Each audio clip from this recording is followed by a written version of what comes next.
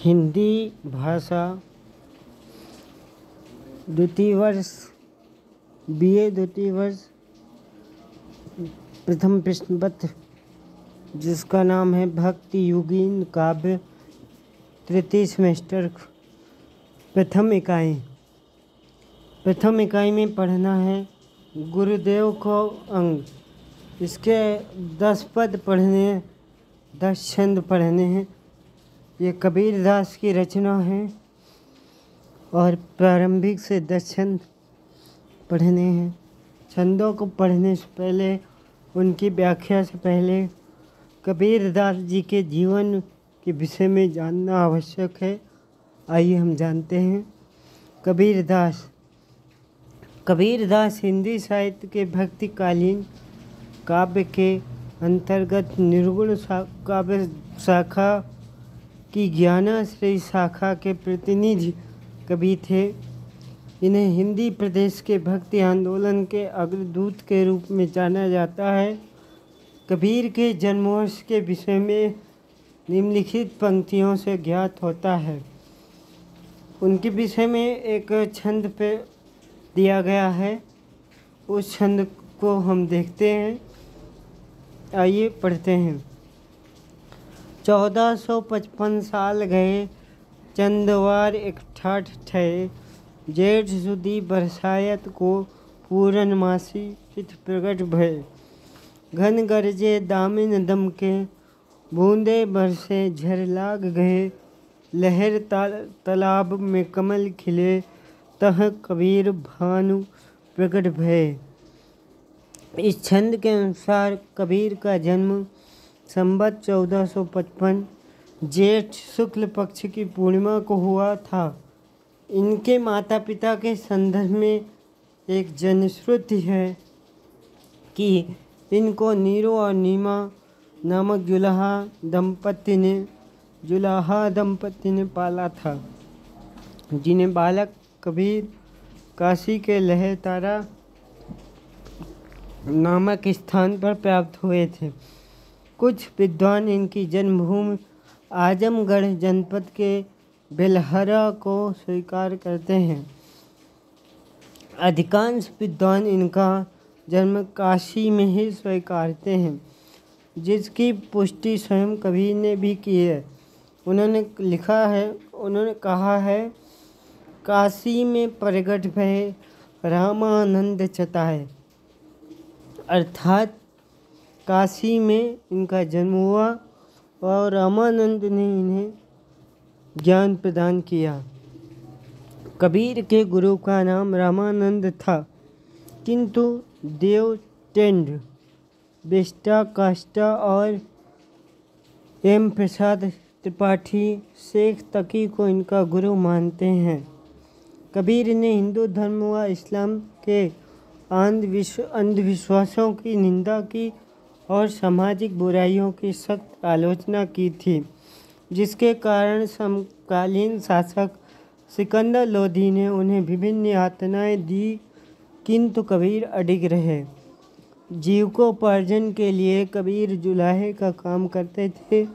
उनकी पत्नी लोई तथा कमाली क्रमशः पुत्र और पुत्री थे। यानी उनके पत्नी का नाम लोई था और पुत्र का नाम कमाल तथा पुत्री का नाम कमाली था।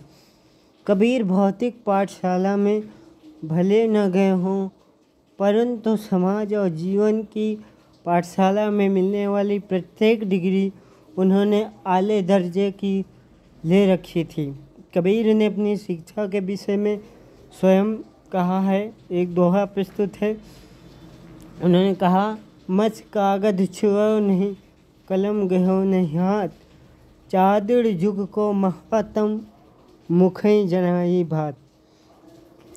अर्थात मैंने न तो स्याही और कागज को छुआ और न ही अपने हाथों में कलम को पकड़ा, लेकिन चारों युग का महात्म अपने मुख से मैंने जना दिया, यानी स्पष्ट कर दिया।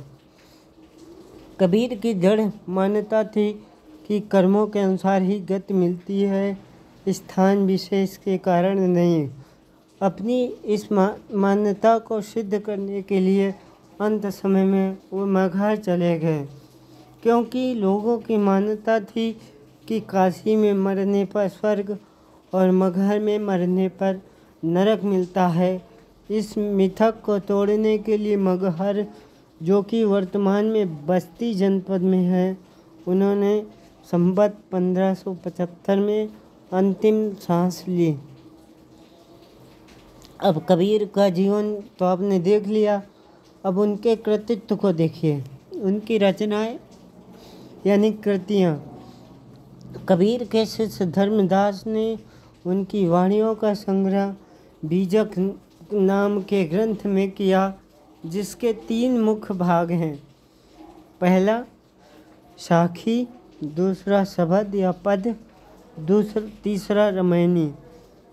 साखी शब्द संस्कृत भाषा के साक्षी शब्द का विकृत रूप है, यानी अभ्रंश है और धर्मोपदेश के अर्थ में प्रयुक्त हुआ है। अधिकांश साखियाँ दोहों में लिखी गई हैं, पर उसमें सोरठे का भी प्रयोग मिलता है। इसमें इनके उपदेश हैं।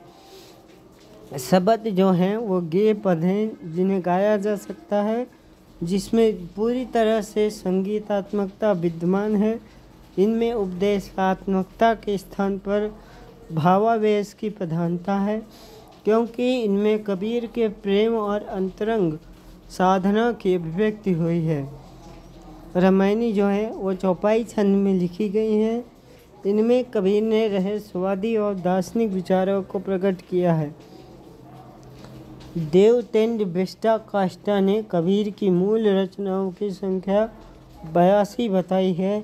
इसी प्रकार मिश्र बंधुओं ने नवरत्न में 75 रचनाएं कबीर की बताई हैं और 84 मिश्र बंधु विनोद नाम का एक ग्रंथ है मिश्र बंधुओं का ही, उसमें 84 बताई है। डॉक्टर FEAE ने 38, डॉक्टर राम कुमार वर्मा ने 85, नागरी प्रचारणी सभा ने 61, विल्सन ने 8 ग्रंथ कबीर के बताए हैं।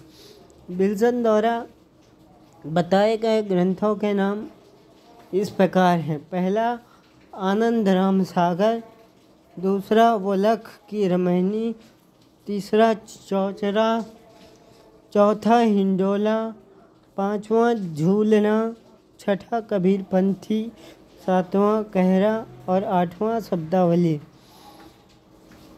अब हम इनकी रचनाओं को तो देख चुके हैं।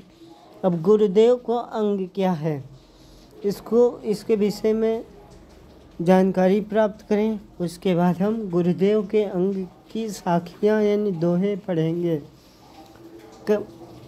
गुरुदेव को अंग। कबीर महान संत, समाज सुधारक, दार्शनिक एवं कवि थे।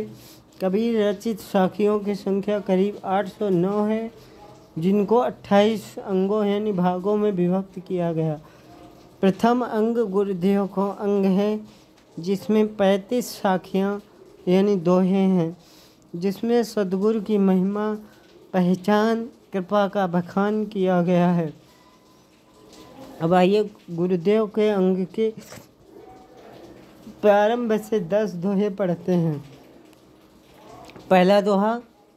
सद्गुरु समान को सगा, सोधी सही न जात, हरिजी समान को हितु, हरजन सही न जात।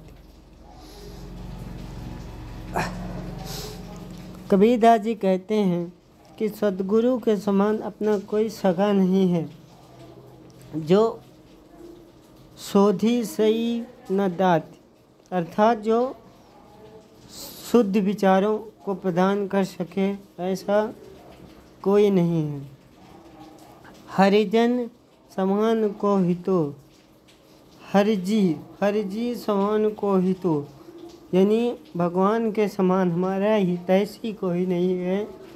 हरिजन सही न जात, और हरिजन यानी भक्त शिष्य के समान कोई भी जाति नहीं है। उन्होंने जाति प्रथा का विरोध करते हुए स्पष्ट रूप में कहा था कि ईश्वर के भजन में जाति विशेष की कोई अपेक्षा नहीं है, बल्कि शुद्ध अंतःकरण की आवश्यकता होती है। दूसरा दोहा, दूसरी साखी देखिए। बलिहारी गुरु अपने दोहाड़ी के बाद, जिन मानुष ते देवता करत न लागी बात। इसमें उन्होंने गुरु की कृपा का बखान की करते हुए कहा है कि हे गुरु, मैं आपकी कृपा पर बलिहारी हूँ, यानी निछावर हूँ, क्योंकि आपने मनुष्य से देवता मुझे बना दिया, अर्थात मुझ में परम ब्रह्म ज्ञान की ज्योति जला दी। और ये करते हुए आपको थोड़ा भी समय नहीं लगा, इसलिए मैं आपकी कृपा के ऊपर निछावर हूँ। तीसरा छंद। सतगुरु की महिमा अनंत अनंत किया उपकार, लोचन अनंत उघाड़िया अनंत दिखावन हार। इस छंद में सतगुरु की महिमा का बखान करते हुए कहते हैं कि जो सच्चा गुरु होता है उसकी महिमा अनंत होती है, यानी जिसका अंत नहीं होता, जिसको गाया नहीं जा सकता, जिसको समझाया नहीं जा सकता। और ऐसे सद्गुरु अनंत उपकार करते हैं। अब कौन सा अनंत उपकार करते हैं उसके विषय में दूसरी पंक्ति में बताते हैं कि लोचन अनंत उघाड़िया, अर्थात उन्होंने अनंत लोचनों को, यानी मन की आँखों को खोल दिया है, जिससे क्या हुआ, अनंत दिखावन हार, जिसे मुझे उस अनंत परमात्मा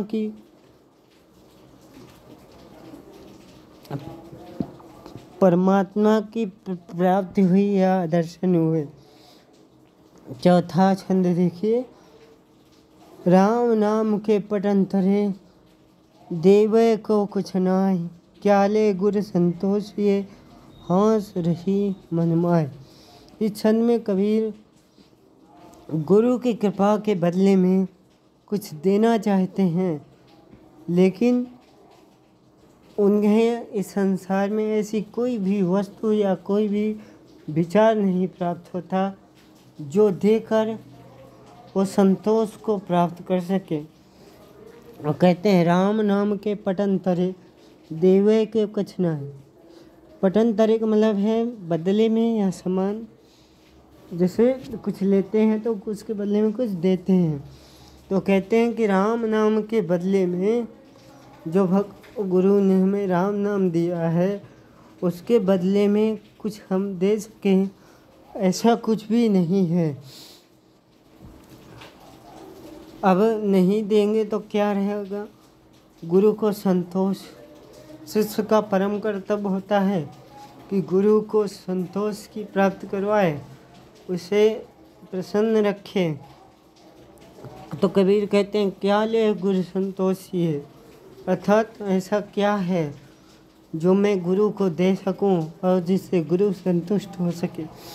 हौस रहे मनमाय, ऐसी अभिलाषा, हौस मने अभिलाषा, मन में अभिलाषा बनी हुई है कि मैं क्या गुरु देकर गुरु को प्रसन्न करूं। पांचवा छंद। सतगुरु के सदके करूं, दिल अपनी का साँच, सतगुर हम शिव लर महा, महकम मेरा बाच। तो कहते हैं कि सद्गुरु जो है, यानी महान गुरु जो है, उसे वो एक मुहकम की तरह है। वह एक ऐसे शिकारी की तरह है जो किसी भी विकार रूपी पक्षी को नहीं छोड़ता है। सतगुरु के सदके करूं, दिल अपने का साँच, अर्थात सदगुरु को क्या निछावर करूं, मेरे मन में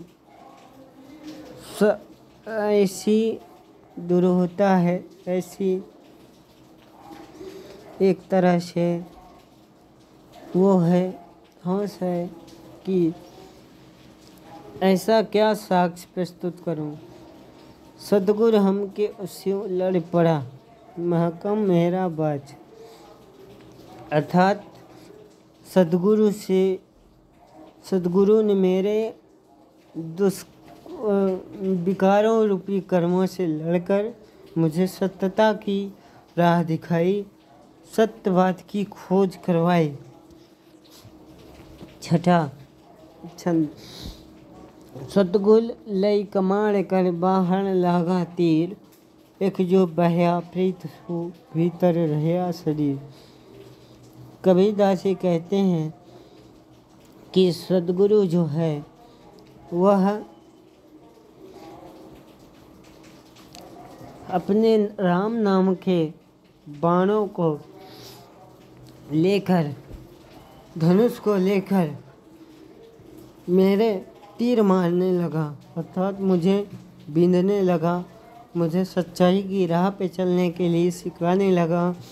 और क्या हुआ, एक जो बाया प्रीत सो, उसने एक जो प्रेम से मारा राम नाम का तीर, तो भीतर रह गया, जो शरीर में व्याप्त हो गया, अर्थात मेरा पूरा शरीर राममय हो गया। मेरा पूरा शरीर सत्कर्मों का भंडार हो गया। सातवां देखिए। सतगुरु सावा सूर्यवा सबद जुबहिया, एक लागत ही में मिल गया, पढ़ा कलेजे छेक। वो कहते हैं कि सतगुरु जो है वो सूरवीर है, सूरवीर यानी बहादुर। और वो जो शब्द रूपी बाण मारता है, उससे क्या हुआ, लागत ही में मिल गया, और वो मेरे ही हृदय में लगते ही मिल गया। ऐसे मिला कि पड़ा कलेजे छेकना यानी अंकित करना। वो मेरा पढ़ा कलेजे छेक यानी मेरे हृदय में अंकित हो गया। क्या शब्द या राम नाम रूपी तीर जो लगा। आठवां छंद देखिए। सतगुरु मार्या बाण भर, धर कर सूधी मूठ, अंग उघाड़े लागिया, गई दवा सू फूट।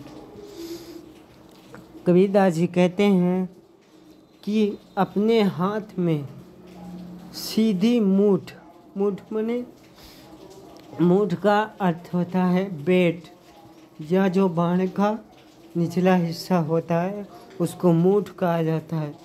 सतगुरु ने बाण को अपने हाथ में सीधे पकड़कर मेरे हृदय में मारा। उससे क्या हुआ, अंगी उघाड़े लग गया, यानी मेरे शरीर में लग गया। और उसके लगने से क्या हुआ, गई दवासु फूट, दवा यानी दावानल, एक अग्नि सी फूट गई, अर्थात राम नाम की एक अग्नि मेरे हृदय में जल उठी। अब नवा छंद देखिए। हंसे न बोले उन्मनी, चंचल मिल्या मार, कहें कबीर भीतर विधा, सतगुरु के हथियार। अब उस हथियार के लगने से, यानी राम नाम के हृदय में व्याप्त होने से शिष्य की क्या स्थिति होती है। वो न हंसता है और न बोलता है, वो उन्मनी दशा में चला जाता है, अर्थात एक निष्ठ हो जाता है, उसकी चंचलता नष्ट हो जाती है। कबीरदास जी कहते हैं कि उस हथियार के भीतर लगने से, मेरे हृदय में चुभने से, या मेरे हृदय में राम नाम स्थापित होने से ऐसी दशा हो गई है। 10वां छंद देखिए। अब उस हथियार यानी राम नाम के लगने से और क्या होता है, गूंगा हुआ बावला, बहरा हुआ कान, पाँव ते पंगुल भया, सतगुरु मारा बाण। जब सतगुरु ने बाण मारा तो क्या हो गया, गूंगा हुआ बावला, मैं गूंगा हो गया, अर्थात कटुवचन बोलना बंद कर दिया, या सांसारिक बातें करना बंद कर दिया और बावला हो गया, पागल हो गया। पागल किसके पीछे? भगवान के नाम के पीछे, उसके स्मरण के पीछे। बहरा हुआ कान, अब मुझे कानों से कुछ भी सुनाई नहीं देता, यानी सांसारिक बातें मुझे सुनाई नहीं देती। पाँव ते पंगुल भया, पायों से मैं लंगड़ा हो गया, पंगु हो गया। सद्गुर मार्या भान, अर्थात मैं संसार की ओर नहीं जाकर एक जगह स्थापित हो चुका हूँ। जिस प्रकार पैरों से विहीन या गतिहीन व्यक्ति एक ही जगह पर स्थापित हो जाता है, उसी प्रकार सद्गुरु के राम नाम रूपी बाण लगने से वह एक ही निष्ठ हो गया है, यानी भगवान के प्रति समर्पित हो गया है। इस प्रकार इकाई 1 समाप्त।